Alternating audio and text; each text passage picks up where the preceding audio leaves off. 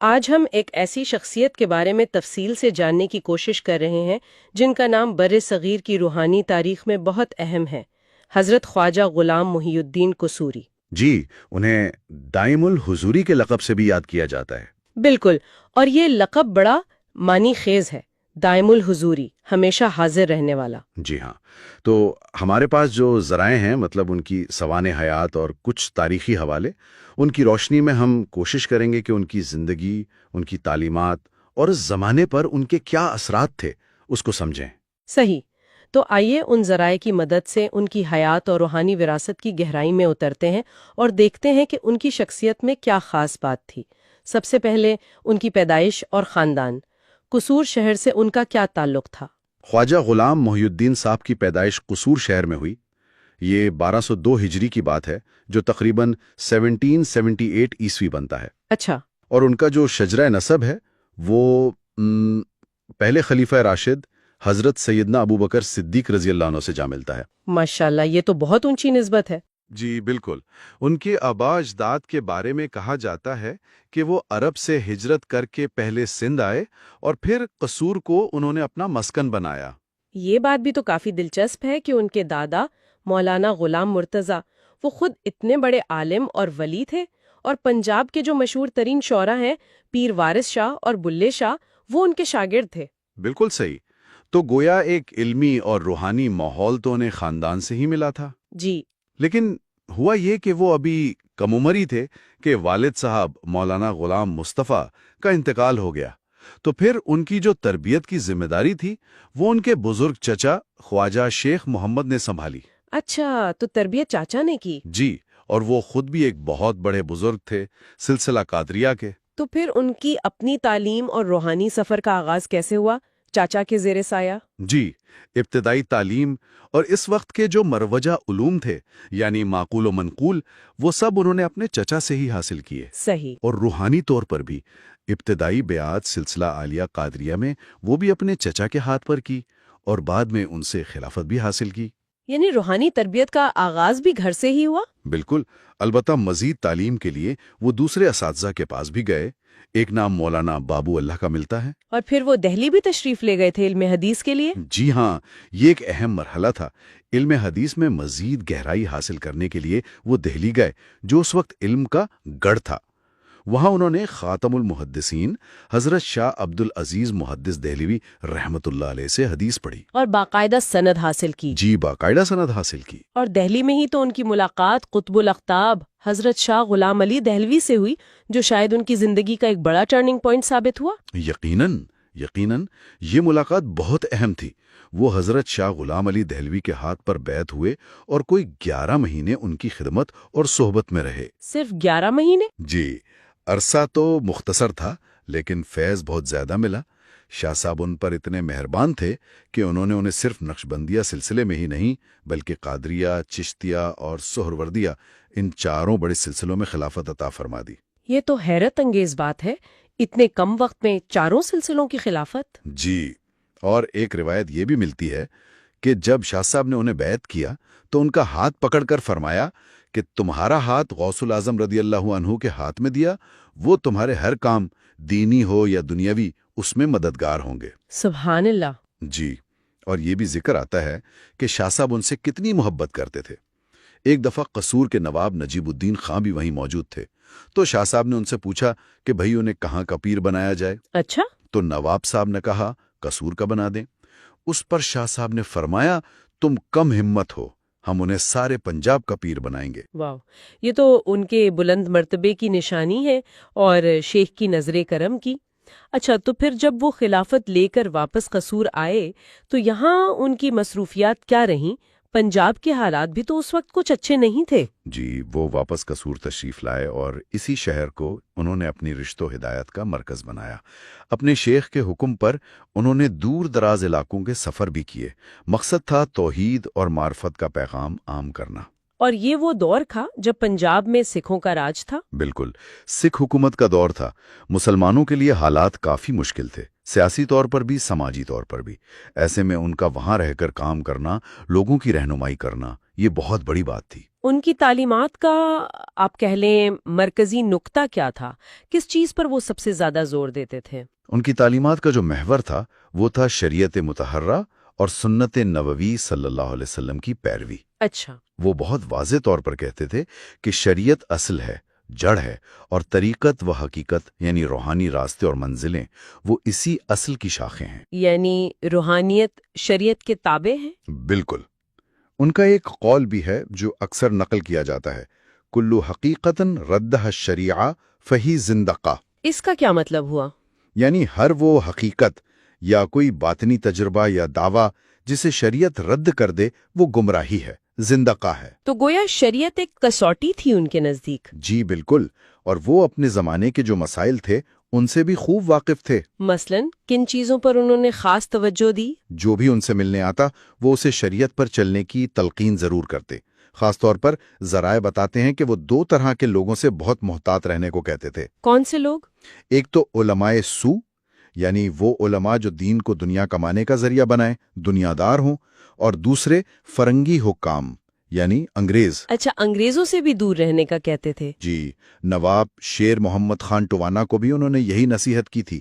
اس کے علاوہ ایک اور اہم بات، اس زمانے میں ایک نیا مذہبی گروہ سامنے آ رہا تھا جسے وہابیہ کہا جاتا تھا۔ جی، ان کے بارے میں ان کا کیا موقف تھا؟ انہوں نے اس فرقے کے نظریات پر بہت سخت تنقید کی۔ وہ اپنے مریدین کو ان کے عقائد سے آگاہ کرتے تھے اور ان کی مجلسوں میں جانے سے منع فرماتے تھے۔ یعنی وہ اس معاملے میں بہت واضح تھے۔ جی ہاں، بلکہ انہوں نے ان کے رد میں ایک کتابچہ بھی لکھا، رسالہ در رد فرقہ زالہ وہابیہ کے نام سے۔ یہ تو ان کی تعلیمات اور زمانے کے چیلنجز پر ان کے رد عمل کی بات ہوئی۔ اگر ہم ان کی ذاتی زندگی، ان کی عادات و خصائل کو دیکھیں تو کیسی شخصیت سامنے آتی ہے؟ تذکرے پڑھیں تو لگتا ہے کہ وہ اخلاق نبوی صلی اللہ علیہ وآلہ وسلم کا عملی نمونہ تھے۔ ہر چیز میں سنت کی پیروی، لباس ہو، کھانا پینا ہو، بات چیت، اٹھنا بیٹھنا، ہر معاملے میں۔ جی، ہر معاملے میں سنت کا خیال رکھتے تھے۔ اور بزرگان دین، خاص طور پر حضرت غوث اعظم شیخ عبد القادر جیلانی رضی اللہ تعالیٰ عنہ، ان سے تو انہیں بے پناہ عقیدت اور محبت تھی۔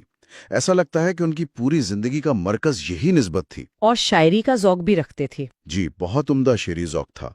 عربی، فارسی، اردو، پنجابی، چاروں زبانوں میں شعر کہتے تھے۔ ماشاءاللہ۔ لیکن ان کی شاعری کا موضوع کیا تھا؟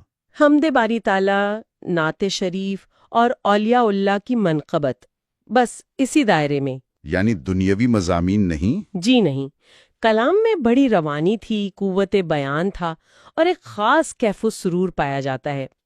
ان کا ایک فارسی شعر تو بہت مشہور ہے جو ایک طرح سے ان کا تعارف بھی ہے اور ان کے روحانی مقام کا اظہار بھی۔ کون سا شعر؟ وہ فرماتے ہیں، طریقم قادری، عرفم قریشی، حنفی مشربم، مولد قصوری، غلام غوث اعظم محی الدینم، طفیلش یافتم ہردم حضوری۔ طفیلش یافتم ہردم حضوری، اسی میں تو ان کے لقب دائم الحضوری کا راز پوشیدہ لگتا ہے نا؟ بالکل، ہردم حضوری، یعنی انہی غوث اعظم کی نسبت اور طفیل، مجھے ہر لمحہ اللہ کی بارگاہ کی حضوری نصیب ہے۔ یہ صرف لقب نہیں تھا، یہ ان کی کیفیت تھی۔ صحیح۔ اور ان کی باقی عادات، سادگی، مہمان نوازی۔ جی بالکل سادہ زندگی تھی، مہمان نوازی بہت کرتے تھے، رات کو عبادت کا خاص اہتمام تھا، کم سوتے تھے، تہجد اور دیگر نوافل کا اہتمام کرتے تھے۔ اچھا، ان کے لقب دائم الحضوری کے علاوہ ان سے کچھ کرامات بھی منسوب ہیں۔ اولیاء اللہ سے ایسی باتوں کا ظاہر ہونا ایک عام بات سمجھی جاتی ہے۔ جی بالکل، کرامات اولیاء کو حق مانا جاتا ہے اہل سنت میں، اور یہ اللہ کے اذن سے ظاہر ہوتی ہیں۔ خواجہ صاحب سے بھی کئی ایسی باتیں منسوب ہیں۔ کوئی خاص واقعہ جو مشہور ہو؟ ایک واقعہ تو بہت مشہور ہے، اولاد کے لیے تعویذ دینے کا۔ اچھا، وہ کیا تھا؟ کہتے ہیں کہ اگر کوئی اولاد کے لیے تعویذ مانگنے آتا تو وہ تعویذ دیتے وقت کچھ اشارہ کرتے، یا تو کہتے کہ اسے چاندی کے خول میں رکھنا یا جست یعنی ٹن کے خول میں۔ تو اس کا کیا مطلب ہوتا تھا؟ چاندی کا مطلب ہوتا تھا بیٹی اور جست کا مطلب بیٹا، اور روایت ہے کہ اکثر ویسا ہی ہوتا تھا جیسا وہ فرماتے۔ یہ تو بڑی عجیب بات ہے۔ جی، اسی طرح بارش برسانے یا روکنے کے لیے دعا کرنا، بیماروں کو ان کی دعا سے شفا مل جانا، یا بعض اوقات لوگوں کے دل کا حال جان لینا، اس طرح کے واقعات بھی کثرت سے ملتے ہیں۔ اور ایک پیشگوئی کا بھی ذکر ہے 1965 کی جنگ کے بارے میں۔ 65 کی پاک بھارت جنگ کی طرف اشارہ سمجھتے ہیں۔ حالانکہ یہ واقعہ تو ان کے وصال کے 100 سال بعد پیش آیا۔ یہ سب باتیں ظاہر ہے ان کے روحانی مقام اور اللہ کے ہاں ان کی مقبولیت کی طرف ہی اشارہ کرتی ہیں۔ بالکل۔ آخر میں ان کے ورثے کی بات کرتے ہیں۔ انہوں نے اپنے بعد کیا چھوڑا، علمی اور روحانی دونوں حوالوں سے؟ دیکھیں، سب سے بڑا ورثہ تو وہ لوگ ہوتے ہیں جن کی ایک بزرگ تربیت کرتا ہے۔ تو انہوں نے کئی ایسے باکمال افراد تیار کیے جنہیں خلافت سے نوازا اور جنہوں نے پھر آگے دین کا کام سنبھالا۔ ان میں کچھ خاص نام؟ جی، ان کے اپنے صاحبزادے تھے خواجہ عبد الرسول قصوری، ان کے داماد اور شاگرد مولانا غلام دستگیر قصوری، وہ بھی بہت بڑے عالم تھے۔ پھر مولانا غلام نبی اللہ ہیں جنہیں ان کا پہلا خلیفہ کہا جاتا ہے۔ حافظ غلام مرتضیٰ بیربلوی ہیں سرگودا والے، خواجہ بدر الدین قصوری، کئی نام ہیں۔ اور تصنیف و تالیف کے میدان میں کیا انہوں نے کتابیں بھی لکھی؟ جی ہاں، علمی میدان میں بھی ان کا بڑا کام ہے، کئی کتابیں اور رسالے لکھے۔ کچھ مشہور نام ہیں: تحفہ رسولیہ، یہ فارسی نظم میں ہے، دیوان و حضوری جو ان کا اپنا شعری مجموعہ ہے۔ اچھا، فارسی، اردو، پنجابی سب کلام اس میں ہوگا؟ جی، غالب امکان ہے۔ پھر ایک بہت اہم کتاب ہے چہل مجالس۔ یہ کیا ہے؟ یہ اصل میں ان کے اپنے شیخ حضرت شاہ غلام علی دہلوی، ان کے ملفوظات ہیں جو انہوں نے جمع کیے۔ اوہ، یہ تو بہت قیمتی کام ہے۔ جی بالکل۔ اس کے علاوہ وہ رسالہ در رد فرقہ زالہ وہابیہ، جس کا پہلے ذکر آیا، زاد الحج پنجابی میں ہے، اور مکتوبات شریف یعنی ان کے خطوط کا مجموعہ، یہ سب ان کا علمی ورثہ ہے۔ ماشاءاللہ، علمی کام بھی بہت ہے اور روحانی فیض بھی جاری رہا۔ ان کا وصال کب اور کہاں ہوا؟ خواجہ غلام محی الدین قصوری دائم الحضوری کا وصال ہوا 22 ذوالقعدہ 1270 ہجری کو۔ یہ عیسی سن کیا بنتا ہے؟ یہ تقریباً 17 اگست 1854 عیسوی بنتا ہے۔ اس وقت ان کی عمر قمری حساب سے کوئی 68 سال تھی۔ اور مزار شریف؟ ان کا مزار شریف قصور شہر میں ہی ہے، پرانے قبرستان میں، اور آج بھی وہاں زائرین جاتے ہیں، مرجع خلائق ہے۔ تو آج کی اس ساری گفتگو کو اگر سمیٹیں تو حضرت خواجہ غلام محی الدین قصوری کی شخصیت کے کئی اہم پہلو ہمارے سامنے آئے ہیں۔ ایک عظیم صوفی بزرگ، شریعت کے انتہائی پابند عالم، اور ایک ایسے رہنما جنہوں نے پنجاب کے ایک بہت مشکل دور میں لوگوں کی رہنمائی کا فریضہ انجام دیا۔ بلا شبہ ان کی زندگی شریعت اور طریقت کے ایک خوبصورت امتزاج کا نمونہ پیش کرتی ہے۔ انہوں نے یہ عملی طور پر دکھایا کہ حقیقی روحانیت کی بنیاد شریعت ہی ہے، اور ان کا ورثہ آج بھی زندہ ہے۔ جی، ان کی تصانیف کی شکل میں، ان کے خلفاء کے ذریعے جاری رہنے والے روحانی سلسلے کی شکل میں، اور ان کا لقب دائم الحضوری، وہ خود ان کے بلند روحانی مقام کا عکاس ہے کہ ہر لمحہ اپنے رب کی حضوری کا احساس۔